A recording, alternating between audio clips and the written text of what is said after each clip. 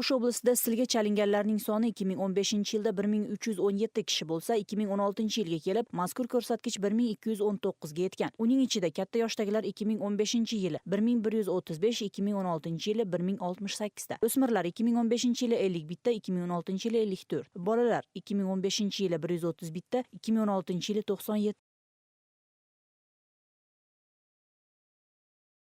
2016-yilda bo'lsa O'sh oblastining rayonlarida silga chalinganlar soni: Qorasuv rayonida 353 odam, O'zgen rayonida 302, Novqat rayonida 159, Qoraqo'ljada 103, Aravonda 74, Alayda 68, Cho'ng'ilay rayonida esa 9 ta. Jalolobod oblastida 2015-yilda 1008 kishi yuqtirgan bo'lsa, 2016-yilga kelib 1111 kishiga yetgan. Katta yoshdagilar 2015-yili 868, 2016-yilda esa 981 taga yetgan. O'smirlar 2015-yili 111 ta, 2016-yili 102 ta. Bolalar 2015-yili 29 ta, 2016-yilda esa 28 ga yetgan. 2015-yilda Jalolobod oblastida 2 bola sil meningitidan vafot etgan. Batken oblasti bo'yicha tuberkulyozga chalinganlarning soni 2015-yilda 378 kishiga yetgan bo'lsa, 2016-yilga kelib mazkur son 360 ni ko'rsatgan. Undan katta yoshdagilar 2015-yili 354 ta, 2016-yilda 334 ta. O'smirlar 2015-yili 10 ta, 2016-yilda 12 ta. Bolalar esa 2015-yili 14 ta, 2016-yilda ham 14 ta bo'lgan.